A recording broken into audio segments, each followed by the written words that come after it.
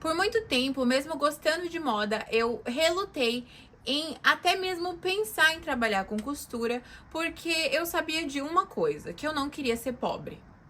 Eu não queria me matar de trabalhar e ainda assim continuar pobre morando na favela. E eu tinha esse pensamento porque as únicas pessoas que eu conheciam que trabalhavam com moda, que no caso eram parte da minha família, minha mãe, minha tia e minha avó que costurava, elas se matavam de trabalhar, mas ainda assim eram pobres. Então, pra mim, era inconcebível aquela realidade. Eu não queria aquilo pra mim, então, tipo assim, eu nem cogitava fazer nada que envolvesse fazer roupas, mesmo que eu amasse e mesmo que desde criança, desde os meus 6, 7 anos de idade, eu estivesse lá brincando de Barbie e a maior parte da minha brincadeira de Barbie era fazendo roupa pra elas. Oi, meu nome é Yaisa, eu sou costureira e estilista aqui em Los Angeles. E com essa apresentação você pode perceber que eu meio que mudei de ideia, né? Do que eu pensava antigamente sobre costura não dar dinheiro, né? Eu nasci em Mauá, em um lugar muito interessante, né? No Oratório. Que não me leve a mal, está no meu coração, tá? Porque eu sou quem eu sou, porque eu nasci ali, mas eu sempre soube que eu não ia ficar ali, que ali não era o meu lugar, que eu nunca combinei com aquele ambiente. Olha pra mim.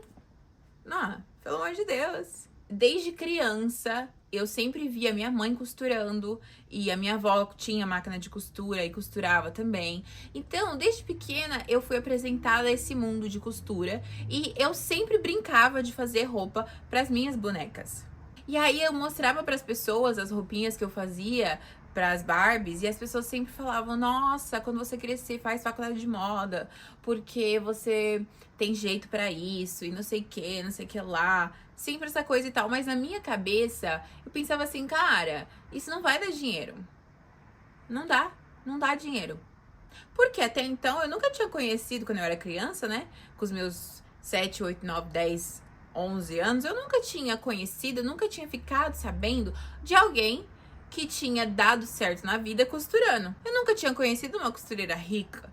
Nunca tinha conhecido alguém que trabalhasse com moda, que tivesse dinheiro. Então, na minha cabeça, a única forma de eu sair ali daquele ambiente, daquele lugar, era fazendo, assim, algo como, por exemplo, direito. Então, sim, por muito tempo eu quis ser advogada, você acredita? E mal eu sabia que era justamente a costura que me faria sair daquele lugar, fisicamente e mentalmente também, porque eu fui para vários países, fui para Paris, fui para Colômbia, fui para Argentina, fui pro México, vim morar nos Estados Unidos e tudo isso com a costura. Ali nos meus 13, 14 anos, eu comecei a fazer customizações de roupa pra mim. Porque na época, no YouTube, tava assim, uma moda, né, de fazer DIY, né, que é do it yourself. Então, vários tutoriais ensinando a fazer customização disso, customização daquilo. Eu via esses tutoriais e eu ia e fazia. Não tinha máquina de costura, mas costurava tudo à mão. Inclusive, nessa época, eu fiz várias pecinhas, assim, blusa, short, tudo à mão. E aí, foi na 8ª série que eu fiz esse top aqui. E aí, eu fiz esse top. Aí, uma menina na escola pediu um igual. Aí eu falei, ok, yes. Fiz esse look, esse top pra ela. E eu, se eu não me engano, acho que eu cobrei, tipo, R$ 30. Eu costurei na mão. E aí, a gente já vem com essa questão de que não tem desculpa. Não tem desculpa, se você quer fazer, você faz. E aí eu acho que ali mudou a química do meu cérebro, assim, ó, bum. E eu comecei a fazer mais roupas pra mim, e eu comecei a me dedicar mais a isso na escola mesmo, mas até então eu tinha feito esse look pra essa menina, né, esse top, mas eu fazia mais roupa pra mim mesma, assim, customizações. Eu fui pro ensino médio, e no ensino médio eu ainda não tinha certeza absoluta de que eu queria fazer moda. E que eu queria ir pra essa área. Na cabeça eu ainda tava assim, não, vou fazer direito, vou ser advogada. Nada a ver, né?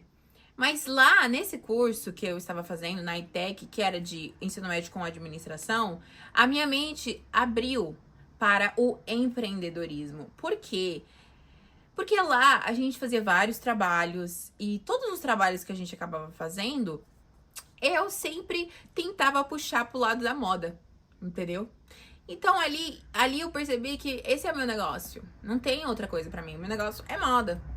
E fazendo ensino médio ali, ensino integral o dia inteiro, eu ainda ia pra casa e costurava minhas peças. E ali eu já comecei a ter alguns clientes assim, boca a boca. E nessa época, as minhas clientes, elas vieram tudo de boca a boca. Porque eu acabei fazendo alguma coisa pra uma pessoa em específico. E aí essa menina que eu fiz alguma coisa pra ela, ela me indicou pra uma outra menina. E aí eu fiz uma série de coisas pra essa menina, fiz calça pra ela, porque ela era magra e baixa, então acho que ela tinha dificuldade pra achar coisas pra ela. Aí ela passou meu contato pra uma outra pessoa, uma senhora, que era da igreja. Aí ela trazia vários tecidos pra eu fazer, vários looks que, assim, hoje em dia eu não faria, porque não é bem o meu estilo de roupa pra se fazer. Mas eu fiz esses looks e isso no ensino médio. E aí, obviamente, eu comecei a postar no Instagram. E essa é a chave primordial para qualquer negócio hoje em dia. Você tem que postar no Instagram. Não tem outra, sabe?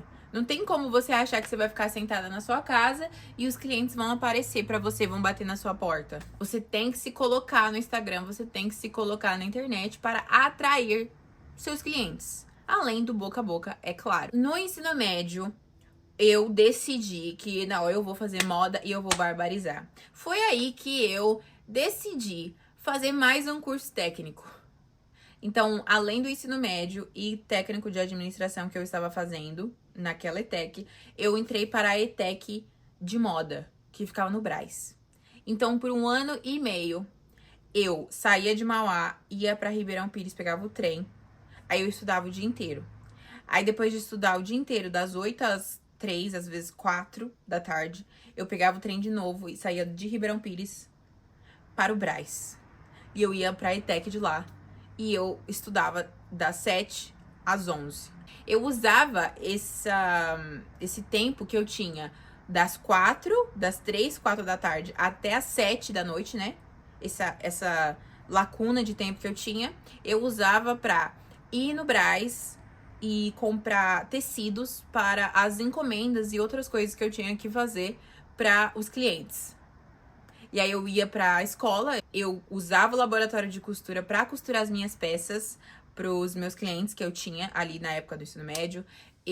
Quando eu não podia usar o laboratório de costura, eu ficava fazendo modelagem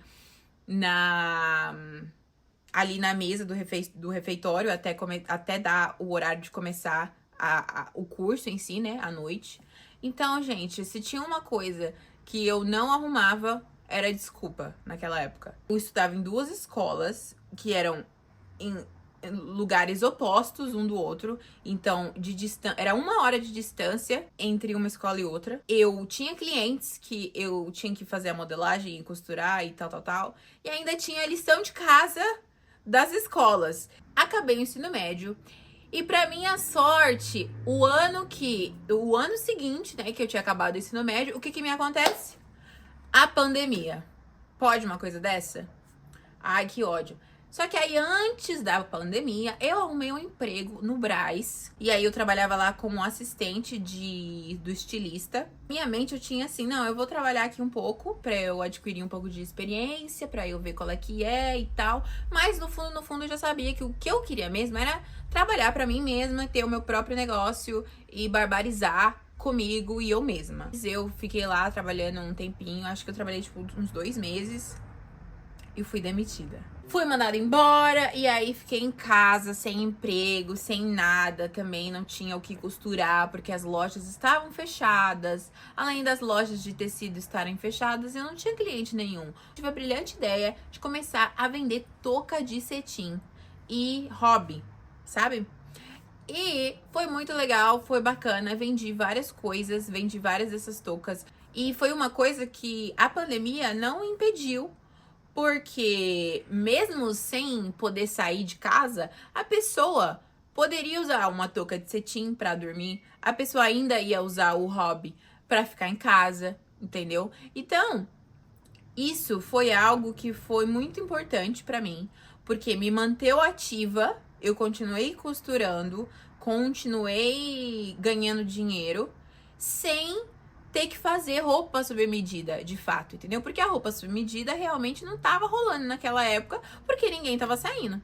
E é por isso que é importante nós, como costureiras, termos o nosso carro-chefe, que pode ser o sob medida, mas ter também um outro produto que possa continuar sendo vendido, mesmo que as coisas apertem um pouco mais.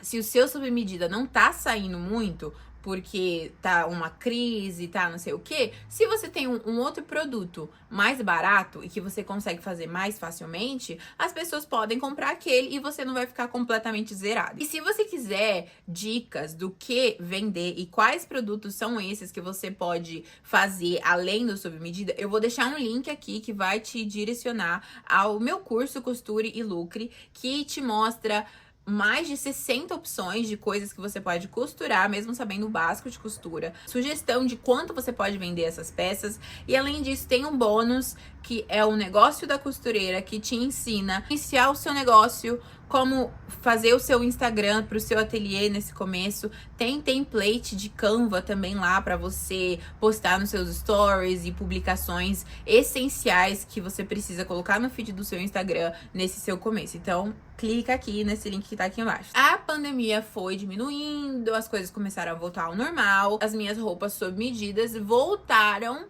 a acontecer. Quando eu voltei com o sob medida, eu meio que tava fazendo tudo para todos. A pessoa entrava em contato comigo e falava, você faz isso? Eu faço. E às vezes nem era algo que eu gostava de fazer. Muitas vezes eu fazia a peça sem ânimo nenhum, porque era uma roupa que eu não gostava. Era uma roupa que não me dava satisfação nenhuma em fazer e muito menos postar na internet. Porque se eu fizesse aquela roupa e postasse aquela roupa, ia atrair pessoas que gostam daquele tipo de roupa. E aí, consequentemente, eu ia ter que fazer mais roupa daquela, mesmo que eu não gostasse. Eu falei assim, quer saber? Não, eu não vou mais fazer coisas que eu não goste. Eu poderia ter ficado assustada, de tipo assim, ai meu Deus, agora eu não vou ter mais cliente, ai meu Deus, não sei o quê. Eu sabia que as coisas iam entrar no eixo e eu ia conseguir entrar no flow de fazer coisas que eu realmente gostava. E foi aí que as coisas de fato começaram a acontecer e eu virei basicamente quem eu sou hoje. No carnaval, após a pandemia, o meu amigo, Get Stylish, ele entrou em contato comigo e ele falou assim, ai, tem como você customizar os abadás pra essa influenciadora aqui? O nome dela era Vitória Mondoni. Aí eu falei assim, tá bom, beleza, bora lá. E aí, gente, eu não sabia que esse era o momento que tudo ia mudar. Nesse período aí, eu tinha 4.000 seguidores no Instagram. Estava presa naqueles 4.000 seguidores, assim, por muito tempo. Não conseguia de jeito nenhum bater 5.000. Eles trouxeram os abadás pra mim. A gente ali identificou o que a gente ia fazer, tal. E eu fiz. Menina, eu sei que eu fiz o Reels de customização, mostrando antes e depois do abadá. Ela postou no Instagram dela e dali pra frente, menina, foi uma loucura. Foi uma loucura porque eu sei que em poucas horas eu já tinha batido 5.000 seguidores. Em poucas horas já foi 6.000, 7.000. Uma coisa assim absurda. Além disso, quando ela postou nos stories dela, pessoas que conheciam ela vieram até mim. Sim, depois da Vitória Mondoni, a próxima influenciadora que eu fiz foi a Vivi Vanderlei. E aí eu lembro que eu fui pro Rio de Janeiro customizar os abadás da Vivi Vanderlei, porque não ia dar tempo de, tipo, trazer pra São Paulo e depois enviar pra lá de volta. Enfim, eu sei que eu fui pro Rio, fiz os abadás dela lá. Assim que eu voltei pra São Paulo, que eu saí do ônibus, voltando do Rio de Janeiro, eu recebi a mensagem da Mari Prechecão pedindo pra eu fazer um look pra ela, pro aniversário de 16 anos dela, né, se eu não me engano. Aí a gente começou nessa, fiz os looks pra ela. E, gente, olha que loucura. Na época, a Mari tava super bombada, assim, porque ela tinha acabado de viralizar, né? Então, quando eu fiz o look pra ela e ela postou o meu arroba no Instagram dela, Juro, sem brincadeira, em minutos que ela postou, já foi mais de 1.000 seguidores a mais que vieram dela pra mim. Logo em seguida veio a Fly e eu fiz tanta roupa pra Fly, tanta roupa, incontáveis roupas que eu fiz pra essa mulher, gente. E aí, além dela, veio todas as outras amigas da Vivi Vanderlei, a MC Mirella. MC Mirella é engraçado, né? Mas eu fiz muitas roupas pra ela. E por um tempo a gente tinha um contrato. Então, assim, por mês ela me pagava uma quantia. E eu fazia vários looks pra ela. E essa época foi, assim, babadeira. Tem até matéria, tá? Do Pequenos Negócios, grandes negócios, pequenas empresas, sei lá. Eu vou deixar o link aqui pra você dar uma olhada, tá? E tem matéria sobre mim no Still the Look também. Sobre as customizações de abadá que eu fiz pra essas influenciadoras. Gente, assim, é uma coisa, sabe? É uma coisa de louco. Obviamente, eu não fiz tudo isso sozinho, né? Porque Deus é uma coisa assim, babadeira.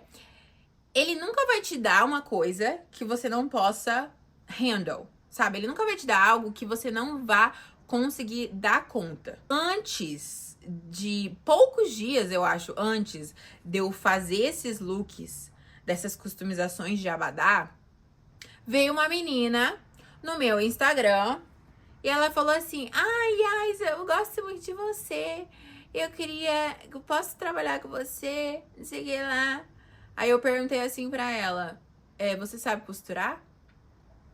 Aí ela falou: eu perguntei assim: você sabe pelo menos fazer uma linha reta na costura? Aí ela falou assim: sei sim. Aí eu falei: então tá bom, é isso que eu preciso. Chegar lá pra costurar, gente, olha, ela deu uma mentidinha, né? Eu não vou falar o nome dela, mas a Débora, ela deu uma mentidinha. Falando que costurava, não sei o que lá. Mas assim, gente, o que ela sabia foi o suficiente pra me ajudar. E sem ela, não ia ter rolado tudo isso que aconteceu. Porque não dá pra fazer tudo sozinha, né? Então, tendo ela ali pra me ajudar, foi tudo. E a gente passou muitas noites trabalhando, costurando, barbarizando. Eu e ela ali, ó, firmes e fortes. Inclusive, saudades. Saudades da minha Débora. E aí vem a parte legal, né? De tudo isso. O que tudo isso me trouxe. Primeira vez que eu saí do Brasil, eu fui pra Colômbia. Né? Que eu queria uma experiência latino-americana. Então eu fui pra Colômbia. Eu fui pra Argentina com a minha mãe. A gente foi para Bariloche conhecer a neve. Porque a minha mãe, ela sempre foi costureira. Só que ela tava do lado da costura que eu não queria estar, que é o lado da sobrevivência. É o lado da costura que você se mata de trabalhar, se mata de costurar e não faz nada, não conquista nada, só sobrevive, não vive de fato. Então, quando eu pude, de certa forma, ajudar ela a realizar o sonho de sair do país, bora que bora!